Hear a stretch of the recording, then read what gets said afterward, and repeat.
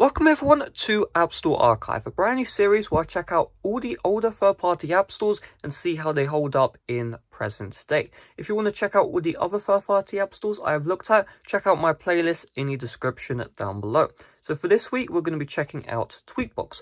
Tweakbox, for some context, used to be one of the largest third-party app stores. Maybe TutorApp was larger. If it wasn't, Tweakbox was the largest.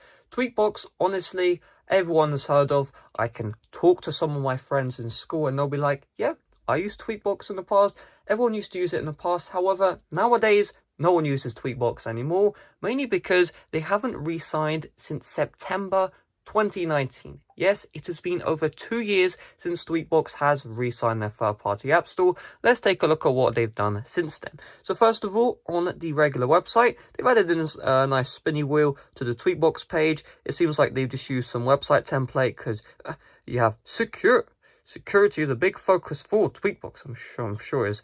And you can see it just looks like, a general page, has a couple of advertisements here and there. Let's take a look at the actual application. So first of all, it seems like they have switched ad provider. So I think they initially would just had light ads, Google ads. Then they switched to Hardcore Propeller, so you can get that money. I think they've switched to Adversia. I can't remember the name of it. So let's just close out of this. Consent to those ads or whatever. And if we just take a look, this page honestly looks the exact same. There are empty spaces for ads. I think Propeller back in the day or whatever used to have a banner ads, but they've seemed to have gone. And if we go to the app section, we still have the same categories. So Apps Gone Free is a brand new one. I think it's released 2020 or 2019. What it is it's these applications which used to be paid in the App Store and now they've gone for free. Now, they usually don't last for very long. It's like a promotional thing, but I guess you can still use Tweakbox for that. It seems like, though, there's nothing here. There is actually nothing here. All right, interesting.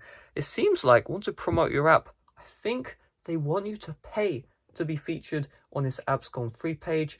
Interesting. I thought they would actually maintain this because then you could go on the website. Maybe there was a bit of a use for it, but no, they don't. Now, let's take a look at the other categories. So we have the shortcuts and... interesting. Okay. I actually didn't know this existed. So there's actually a shortcuts page. Wow. I'm very impressed. I have not seen this. Maybe this might deserve a video, but it seems like we have a shortcuts app store inside of Tweakbox. Let's see if this actually works. So we'll go to this one. Oh, wow. I'm impressed. I did not see this. So Tweakbox may not, be a third-party app store anymore, but you can definitely get your shortcuts. That's pretty smart. I like that. I genuinely like that. That is a great idea. So let's go back to the apps. Let's take a look at these apps. I already know what's going to happen, but what they've done now is you can see the store. You can still navigate through it, all that good stuff. If I just tap on install.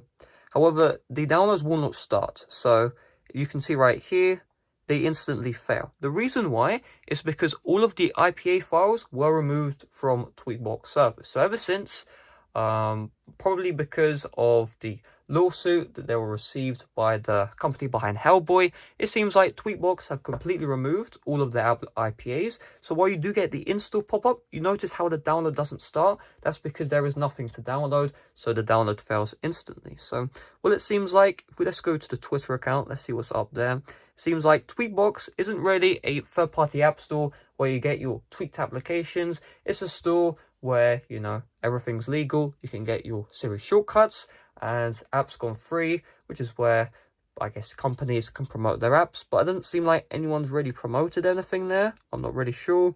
And yeah, Tweakbox still tweet 10th of September this year, not 2019. So you can still see tweets, but they aren't very active. You can see the last one before the 10th of September was the 21st of June. Then it was the 10th of June. There were a couple of other features that Tweakbox was meant to have. I think it was something like red slope or something like that. That never came out to be a thing. So Tweakbox, did receive a couple of updates since it stopped signing in 2019. However, it seems like they aren't interested in being a third-party app store anymore, which is okay. I'm sure they still get pretty big traffic because this is still a household name. I'm sure there are people to this day who just go onto Tweakbox, try maybe 1 million people a month, maybe minimum 500,000 people. I may have the numbers in my but anyway, thanks for watching. See you guys later. Make sure to check out the playlist for all the other third-party app stores. This is a weekly series. Every Saturday I'll be doing this. Yeah, Bye bye.